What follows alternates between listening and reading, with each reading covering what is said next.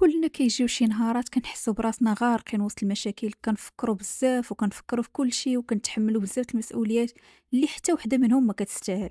اليوم بغيت نهضر لكم على كتاب The Subtle Art of Not Giving a ولا الكتاب اللي معروف عندنا بفن اللامبالاة، يعني ما تسوقش. هذا الكتاب غيعلمنا كيفاش نركزوا على الامور مهمه في حياتنا ونتهناو من صداع داكشي اللي ما عنده قيمه. اول حاجه، حقيقه لا مفر منها، ما يمكنش تعيش حياتك بلا مشاكل. كل شيء في الدنيا فيه المشاكل.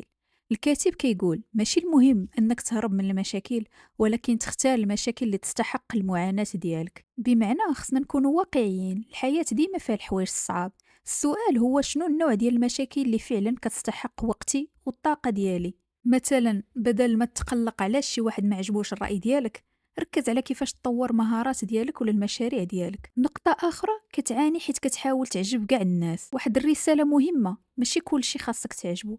إلا حاولتي تبقى عاجب الناس كاملين غتلقى راسك تالف وما حققتي والو. الكاتب كيقول ركز على شنو اللي فعلا مهم ليك وما يهمكش رأي الناس اللي ما عندهاش تأثير إيجابي على حياتك. ماشي ضروري يكون عندك 1000 صديق، خاصك غير جوج ولا ثلاثة اللي فعلا كتهمهم مصلحتك. من بعد الكاتب دوالين على القيم.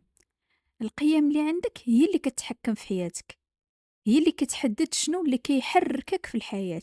إلا كانت القيم ديالك ضعيفة غتحس براسك موضر. خاص تكون عندك قيم واضحة بحال الصدق، الإصرار، احترام النفس. أما القيم الخاوية بحال خاصني نكون مشهور، غادي تضيع وقتك. بدل ما تطمح تكون مشهور على انستغرام، حاول تكون معروف في شي حاجة مفيدة. النقطة الرابعة اللي جات في الكتاب هي تقبل الفشل ضروري، حيت الفشل جزء من النجاح. الكاتب كيشرح باللي ما يمكنش توصل لشي حاجة كبيرة بلا ما تدوز من هذا الفشل. كل مرة كتفشل فيها هذه فرصة باش تتعلم وتولي حسن. إلا فشلتي في شي مشروع، حاول تفكر شنو الحاجة اللي تعلمتيها.